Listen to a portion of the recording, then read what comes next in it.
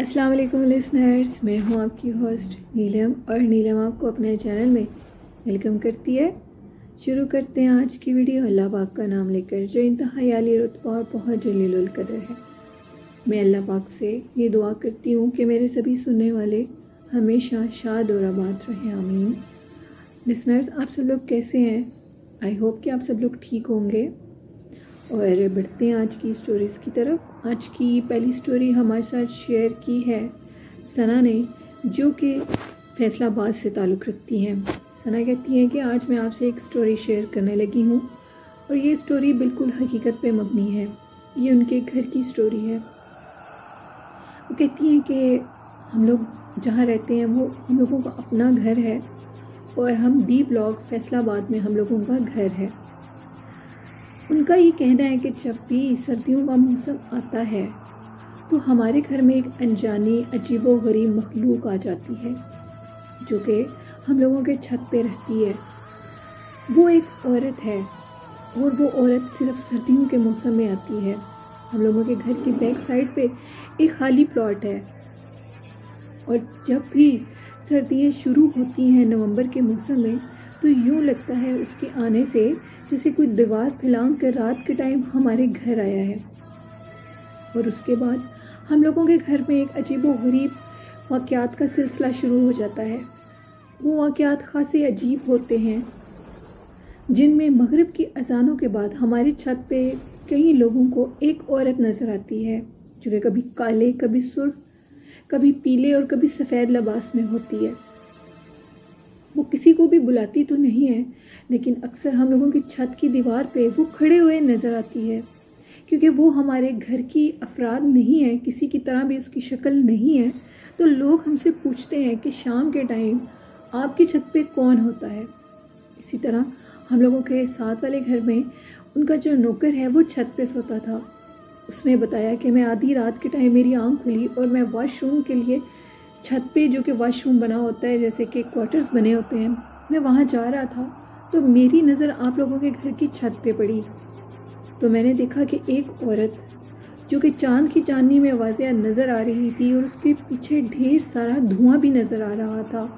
चांद की चांदनी बहुत तेज़ थी और वो जो औरत थी वो छत के ऊपर घूम रही थी आपकी दीवार के साथ। मैं वॉशरूम के अंदर खड़ा ये सारा मंजर देख रहा था कि आखिर ये औरत कौन है और ये क्या करती है।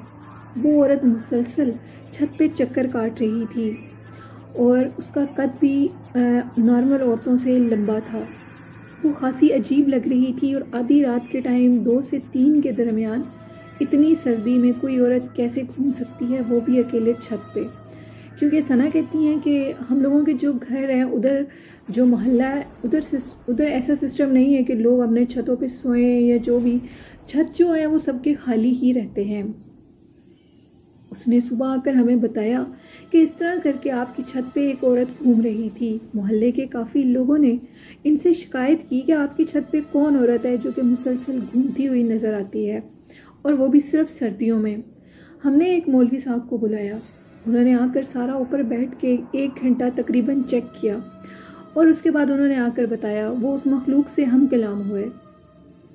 उन्होंने बताया कि ये मखलूक है जो भी, ये सर्दियों की मखलूक है और ये परिस्तान से सर्दियों में इधर आती है।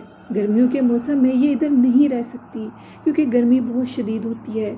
ये इसका पुराना मस्कन है और ये इस जगह को कभी भी छोड़ नहीं सकती।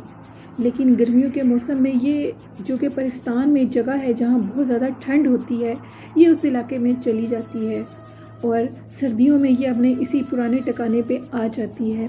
इसके साथ इसका एक बच्चा भी रहता है जो कि आप लोगों के ऊपर वाले स्टोर में मुकीम है। ये मखलूक किसी को तंग तो नहीं करती, लेकिन सना कहती हैं कि वो उसके बाद चले गए।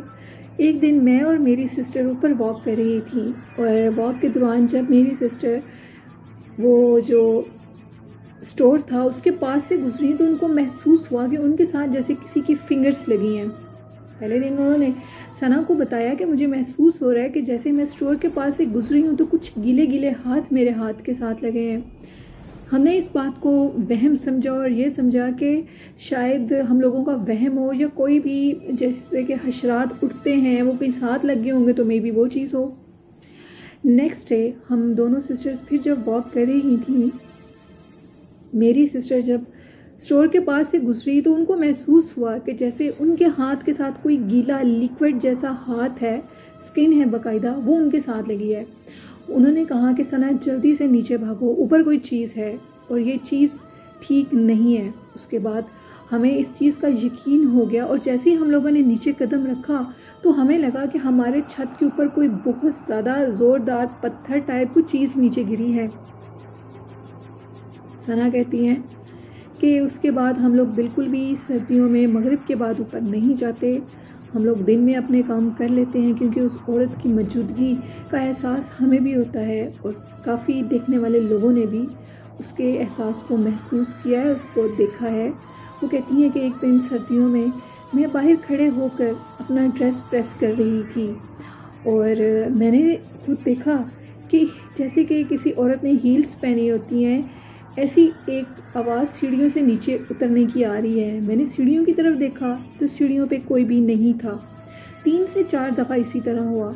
मैंने अपनी मदर को बताया, जिस पे उन्होंने कहा कि बेटा वो तुम्हें इस चीज़ का इशारा दे रही है कि तुम अंदर चली जाओ, क्योंकि रात काफ़ी हो चुकी थी और मुझे सुबह कॉलेज जाना था और मैं अपने कपड़े प्रेस कर रही थी। कहती हैं कि उसके बाद हमने सर्दियों में ज़्यादा रात के टाइम वहाँ पे फिरना छोड़ दिया है क्योंकि वो चीज़ हम लोगों के टेरेस पर भी आती है। ये स्टोरी थी सना की, उन्होंने हमारे साथ शेयर की। उनकी ज़िंदगी के ये खौफनाक वाक़यात थे जो कि इनमें आगे भी तसलसल है, वो हमें बताएंगी तसलसल से अपने वाक़यात, जो मैं आपके साथ शेयर करूँगी। थैंक यू सना, आपकी स्टोरी बहुत अच्छी थी, हमें बहुत अच्छी लगी, थैंक यू वेरी मच। बढ़ते हैं आज की दूसरी खौफनाक स्टोरी की तरफ। ये स्टोरी हमारे साथ शेयर किया वकास अहमद ने। वकास अहमद कहते हैं कि ये स्टोरी आज़ाद कश्मीर के एक ऐसे घर की है जहाँ पे 2 भाई रहते थे। वो 2 भाई अल्लाह की राह में बहुत सदका खैरात भी किया करते थे और हर जुमरात के जुमरात हजूर पाक के नाम का लंगर भी तकसीम किया करते थे। उनको बहुत शौक़ था। वो कहते हैं कि हमने एक जुमरात लंगर तकसीम किया, हमने सारे घरों में तकसीम करके हम लोग सहन में आकर दोनों भाई बैठ के, अभी हम लोग अंदर जाने लगे थे तो हम लोग अपने मामूल के कामों में बिज़ी हो गए। अचानक मैं और मेरा भाई सोने के लिए जब ऊपर अपने दूसरे पोर्शन पे जा रहे थे तो हमने देखा कि हम लोगों के सहन में एक बुज़ुर्ग जाए नमाज बिछाए हुए नमाज पढ़ रहे हैं। हम दोनों भाई पहले तो डर गए।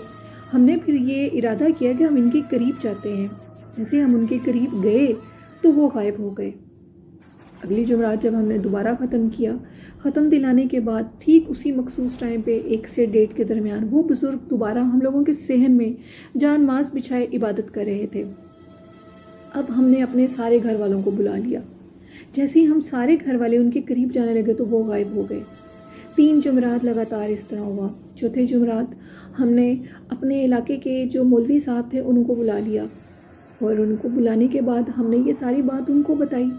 उन्होंने बताया कि ये जो आप माजरा मुझे बता रहे हैं और जो हुलिया मुबारक उनका मुझे बता रहे हैं, ये एक अल्लाह के बुज़ुर्ग थे जिनको फ़ौत हुए 80 से 90 साल हो गए हैं।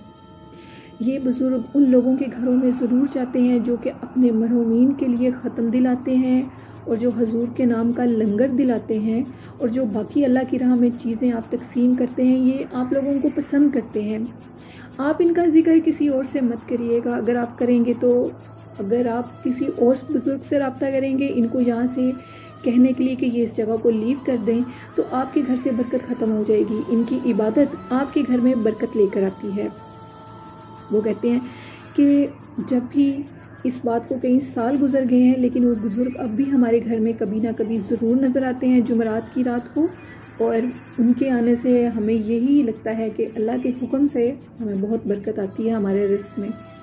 ये स्टोरी थी वकास अहमद की। वकास, आपकी बात बिल्कुल ठीक है। जो अल्लाह की राह में देते हैं अल्लाह उन पे ज़रूर अपना करम नवाजी करता है। और अपने मरहूमीन के लिए मैं भी आप लोगों को ये मैसेज देती हूँ कि प्लीज़ ज़्यादा से ज़्यादा सदका खैरात उनके नाम का किया करें।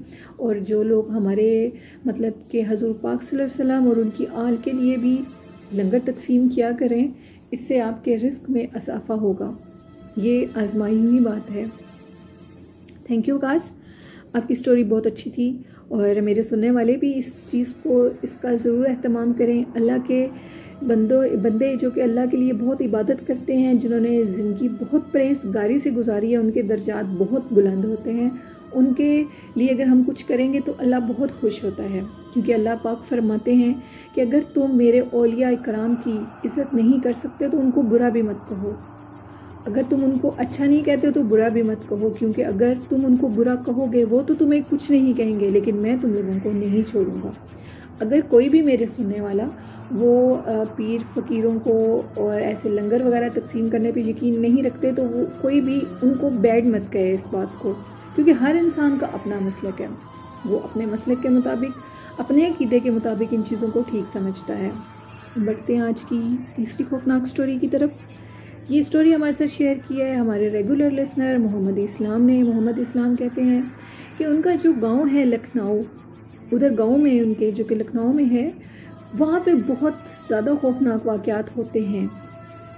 इसमें कोई शक नहीं है कि गांव में ऐसे खौफनाक वाक़यात होते हैं, क्योंकि गांव में लोग बहुत जल्दी अपने घरों में चले जाते हैं। सुनसान जगहें होती हैं, खुली जगह होती हैं, जिसकी वजह से गांव शहर की निस्बत गांव में ये वाक़यात ज़्यादा रूनुमा होते हैं, क्योंकि जगह खुली होती हैं, फसलें होती हैं, आबादी नहीं होती, तो ऐसी चीज़ें वहाँ पर खुलेआम भागती हैं, दौड़ती हैं, नज़र आती हैं लोगों को। मोहम्मद इस्लाम कहते हैं कि उनके गांव में एक कुआं है जो कि मशहूर है जन्नात, उधर जन्नात होते हैं। इसी तरह उनके गांव का एक शख्स था। ये लोग, मोहम्मद इस्लाम कहते हैं कि जब भी मैं जद्दा से आता हूँ तो हम अपने गांव में एक बैठक टाइप जगह बनी है, जहाँ पे सारे बुजुर्ग, हम जवान लोग इकट्ठे होकर अपने मतलब के जो भी मसले होते हैं गांव पे, उन पे बातें शेयर करते हैं। किसी के साथ अगर कोई खौफनाक वाक़या हुआ हो तो हम उसको ज़रूर डिस्कस करते हैं। मोहम्मद इस्लाम कहते हैं कि ये स्टोरी मैं उधर ही बैठक में बैठा था जहाँ पे मैंने ये स्टोरी को सुना है। वो कहते हैं कि उस शख्स ने बताया कि वो जहाँ पे जाता था काम करने के लिए, एक दिन वो वापस आने में उसको काफ़ी देरी हो गई, और जैसे ही वो उस कुएं के पास से गुजरा तो उसको यूँ महसूस हुआ कि जैसे कुएं में से अजीब सी आवाज़ आ रही है। उसने अपने साइकिल का रुख दोबारा मोड़ा और कुएं की तरफ किया और साइकिल चलाकर कुएं को देखने लगा, तो कुएं के अंदर से एक बहुत बड़ा स्नेक बाहर निकला, और जो कि देखते देखते उसके साइकिल के टायर के साथ लिपट गया। स्नेक काफ़ी बड़ा था। वो ना साइकिल को छोड़ के भाग गया और दूर खड़े होकर देखने लगा कि आखिर ये क्या चीज़ है जो कि मेरे इतनी आधी रात को इतना बड़ा स्नेक बाहर निकला है, और ये क्या चीज़ है, ये क्या हो गया है।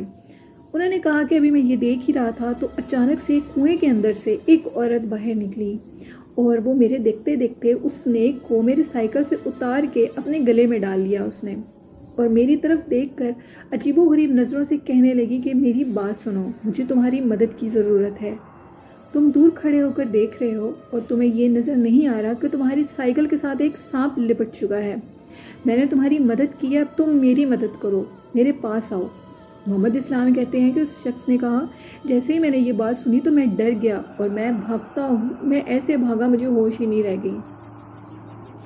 उधर बैठे एक बुजुर्ग ने बताया कि ये जो कुआं है, इधर एक चुड़ैल का बसेरा है, कोई भी रात के टाइम इस इलाके की तरफ से नहीं आता।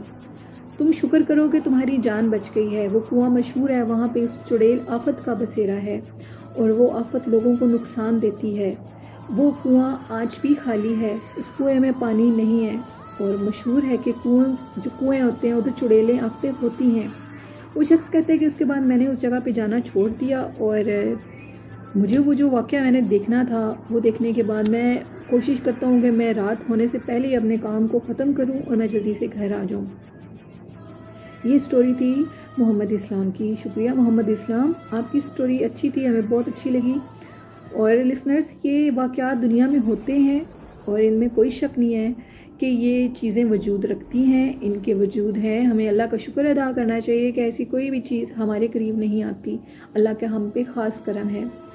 और आज की अच्छी बात है कि आप लोग ज़्यादा से ज़्यादा अल्लाह की इबादत किया करें, अल्लाह की तारीफ़ किया करें। अल्लाह को अपनी तारीफ़ बहुत पसंद है, उसका जितना हो सकता है शुक्र अदा किया करें।